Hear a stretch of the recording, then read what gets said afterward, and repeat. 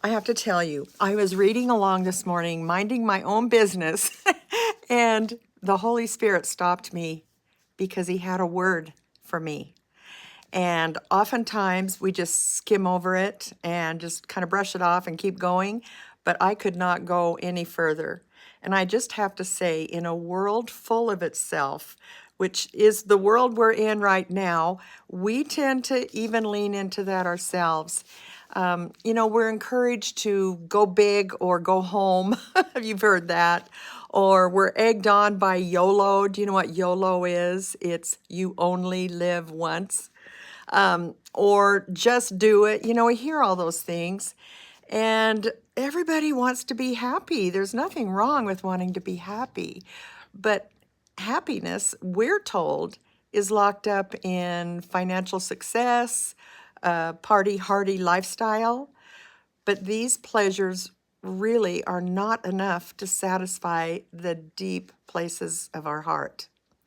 And so in Philippians, where I was reading today, Paul writes in this letter to the church in Philippi, but he's writing to them from prison, okay? Not a place where happiness likes to hang out, right? And while Paul doesn't write about happiness, he does write a lot about joy in the book of Philippians. All the way through it, it's joy, joy, joy. And joy, mind you, is a good thing, but can you imagine having joy while you're in prison? And so that spoke to me this morning as I was reading there. I'm going to be transparent right now. And I'm going to tell you that I'm in a metaphorical prison myself of sorts while I wait patiently or maybe impatiently for my husband to be truly retired. All right. We're not getting any younger. And I am longing for the freedom to travel to see our daughters and their families. But that's just not working out in terms of Warren's plans regarding like the surplus store and things like that. And so while I'm tempted to be disgruntled, and believe me, I haven't done this perfectly. I was reading here also in Philippians where, and this was comforting, it says, Paul's talking and he says, I don't mean to say that I have already achieved these things or that I have already reached perfection. And that made me feel good, like, oh, good, it's okay for me to not to be perfect in this area too. I should tell you that's in Philippians 3, verse 12. And so I read that, and that made me feel a lot better. But Paul explains that joy isn't something we can capture using the strategies the world says will work for us. We can't find it by hiding behind a bottle.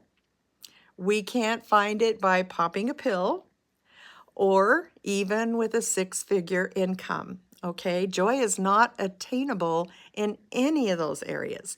We can't find joy even in the right presidential candidate winning the race. Maybe happiness and maybe relief, but not the kind of joy that Paul is talking about. I want that kind of joy, despite circumstances, right?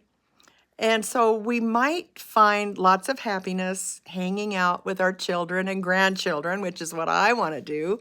But again, as good as that is, it can't bring the kind of joy that Paul is talking about. The point is here, friends, that we can't manufacture joy. No matter how hard we try, it's a frustrating reality for all of us. Instead, we find true joy in an unsuspecting place, the place of obedience to Christ. That's where it's at.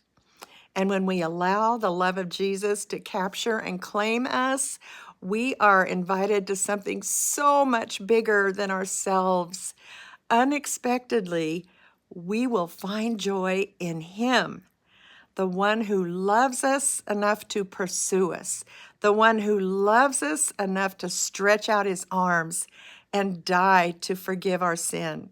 So if you, like me, are waiting for that thing that will fulfill your heart's desire, look no further than the door of your own heart, friends, where Jesus stands knocking. Will you let him in?